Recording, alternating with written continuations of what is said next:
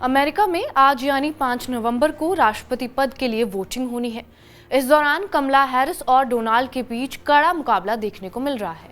ऐसा माना जा रहा है कि ये चुनाव अमेरिका में राजनीति के लिए एक और महत्वपूर्ण मोड़ साबित होने वाला है। ज्यादातर राज्यों में वोटिंग सेंटर स्थानीय समय अनुसार सुबह 7 से 9 बजे के बीच खुलेंगे। ये भारतीय समय अनुसार शाम 4:30 बजे से लेकर रात 9:30 बजे तक का समय होगा। ऐसे में सिर्फ डोनाल्ड ट्रंप और उपराष्ट्रपति कमला हैरिस की किस्मत का फैसला नहीं होने वाला है, बल्कि इस चुनाव परिणाम से यूक्रेन के राष्ट्रपति व्लादिमीर ज़ेलेंस्की और दुनिया के सबसे अमीर व्यक्ति में से एक एलन मस्क का भविष्य भी दांव पर लगा है। क्योंकि अगर अमेरिकी चुनाव में डोनाल्ड ट्रंप जीत जाते हैं तो ज़ेलेंस्की पर दबाव बन सकता है। डोनाल्ड ट्रंप का दावा यह है कि वो रूस यूक्रेन युद्ध को तुरंत खत्म कर सकते हैं।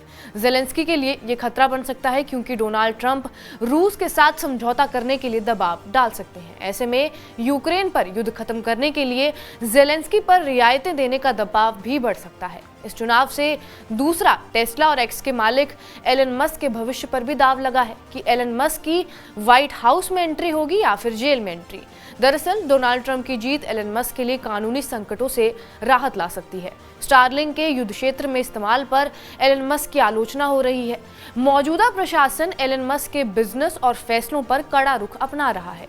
कमला हैरिस की भी इस पर कड़ी नजर है, जो एलन मस्क के लिए खतरे की घड़ी हो सकती है। एलन मस्क के व्यापारिक कदमों और फैसलों की पूर्व राष्ट्रपति बाइडेन और उपराष्ट्रपति कमला हैरिस प्रशासन की ओर से गहन जांच डोनाल्ड ट्रंप की हार पर एलन मस्क के कारोबारी भविष्य पर अस्थिरता बढ़ा सकती है और स्टारलिंक के इस्तेमाल को लेकर सरकारी हस्तक्षेप को भी बढ़ावा दे सकती है। एक और सवाल यह है कि क्या ट्रंप का सत्ता में आना युद्ध को जल्द खत्म कर सकता है। ट्रंप के मुताबिक उनके सत्ता में आते ही युद्ध तुरंत खत्म हो जाएगा। रूस और अमेरिका के रिश्तों में संभावित सुधार के चलते युद्ध के समीकरण बदल सकते हैं। यूक्रेन को युद्ध विराम के लिए समझौता करना पड़ सकता है और इस अमेरिकी चुनाव का परिणाम यूक्रेन रूस युद्ध और एलन मस्क के कारोबारी भविष्य पर सीधा असर डाल सकते हैं। जहां ट्रंप की जीत यूक्रेन पर दबाव बढ़ा सकती है, वहीं एलन मस्क के कानूनी मामलों में राहत की संभावना बन सकती है।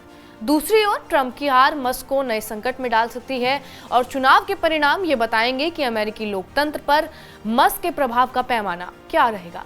इसके अलावा बात की जाए ईरानी, अरब और पश्चिमी अधिकारियों की, तो उनके मुताबिक ईरान की मुख्य चिंता ये है कि डोनाल्ड ट्रंप इजराइल के प्रधानमंत्री बेंजामिन नेतन्याहू को ईरान के परमाणु स्थलों पर हमला करने, चुन चुनकर हत्याएं करने और उनके तेल उद्योग पर कड़े बैन लगाने के माध्यम से अपने ज्यादातर दबाव नीति को फिर से लागू करने के लिए और कड़े नियम अपना सकते हैं। उन्हें उम्मीद है कि ट्रंप, जो कि 2017 से लेकर 21 में अमेरिका के राष्ट्रपति थे, ईरान के सर्वोच्च नेता अयतुल्ला अली खेमनेई पर खुद और इजराइल की ओर से तय की गई शर्तों पर परमाणु नियंत्रण समझौते को स्वीकार करके झुकने के लिए ज्यादा से ज्यादा दबाव डालेंगे। अब आगे देखना होगा कि अमेरिका के राष्ट्रपति कौन बनता है।